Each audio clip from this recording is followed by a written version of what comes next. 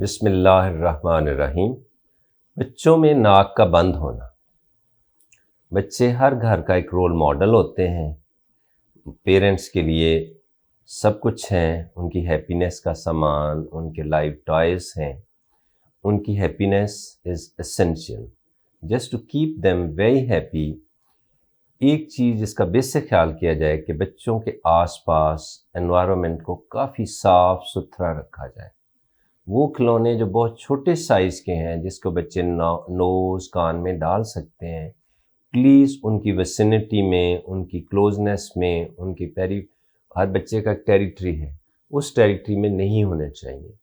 Keep all the small objects, tablets ہیں، چھوٹے چھوٹے کھلونے ہیں جو بچہ منہ میں ڈال سکتا ہے، نوز میں ربر پیسز ہیں، کم از کم 2-3 سال کی ایج تک تو انتہائی احتیاط کی جائے، کیونکہ it's a very common problem کہ ایک ہفتے میں 4-5 بچے لائے جاتے ہیں نوز میں ایک ٹیبلٹ ڈالی ہوئی ہے، وہ ایک نکالیں تو پیچھے سے اکثر دوسری بھی موجود ہوتی ہے، اور پیرنٹس عام طور پہ ادویات چیزیں نیچے رکھی ہوتی ہیں، کبرڈس جو جہاں تک بچہ پہنچ جاتا ہے، کیونکہ اس میں ایک انکوزیٹیونیس ہوتی ہے، سرچ ہوتی ہے، تو اس لیے کیپ آؤٹ آف ریچ۔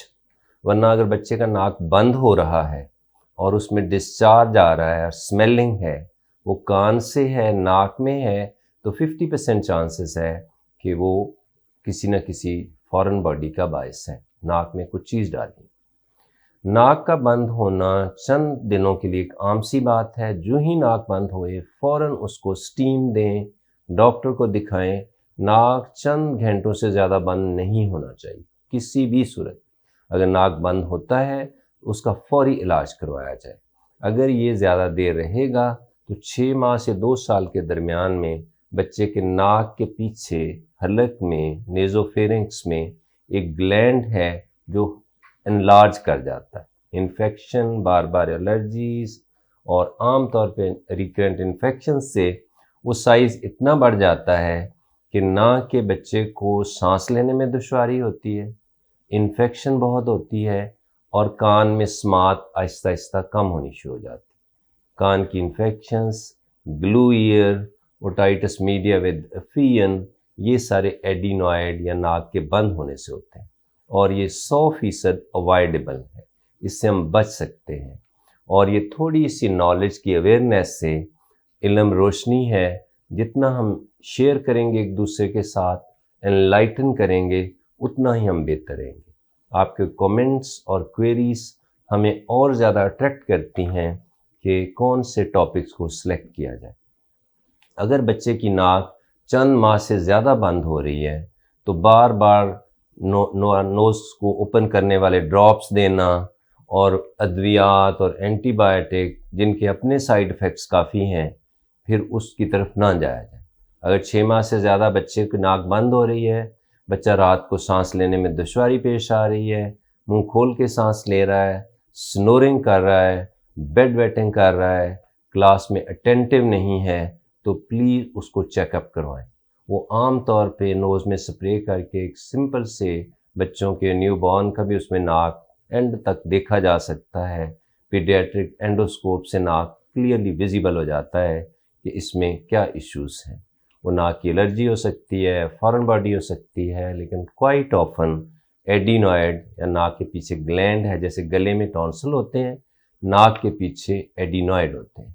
اگر یہ زیادہ بڑھ چکے ہیں، 50% سے زیادہ ایئر وے بند ہے، اور یہ کرونک ہو رہا ہے، اور بچے کی سماعت میں کمی ہو رہی ہے، بچے کی آواز صاف نہیں ہے، یا بچے کے تلفظ صاف نہیں ہے، بچہ کلاس میں اٹینٹیو نہیں ہے، تو پلیز بہتر ہوگا کہ کسی ماہر ڈاکٹر کو دکھائیں اور اس کا بر وقت علاج کروائیں۔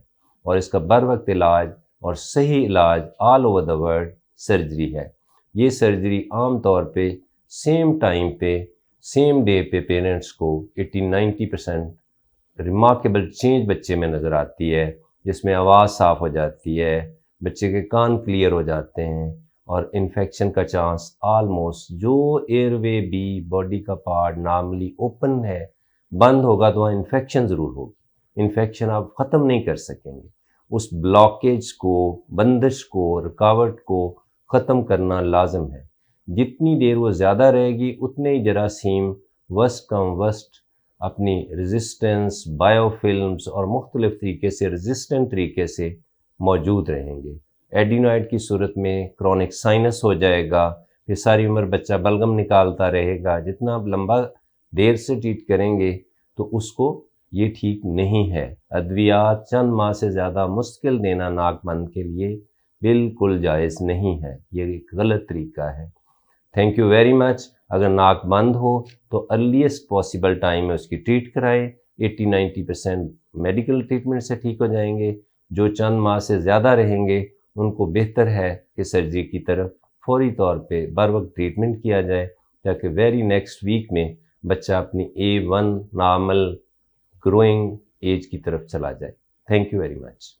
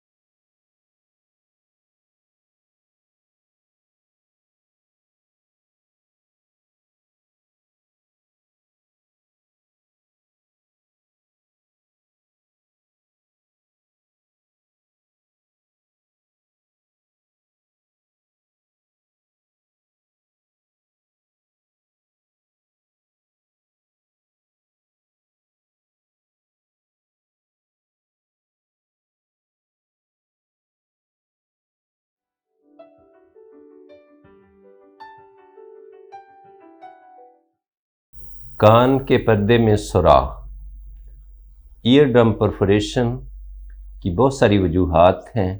انفیکشنز، ٹراما یا کوئی اور چوٹ لگنے کے باعث ایسے ہو جاتا ہے۔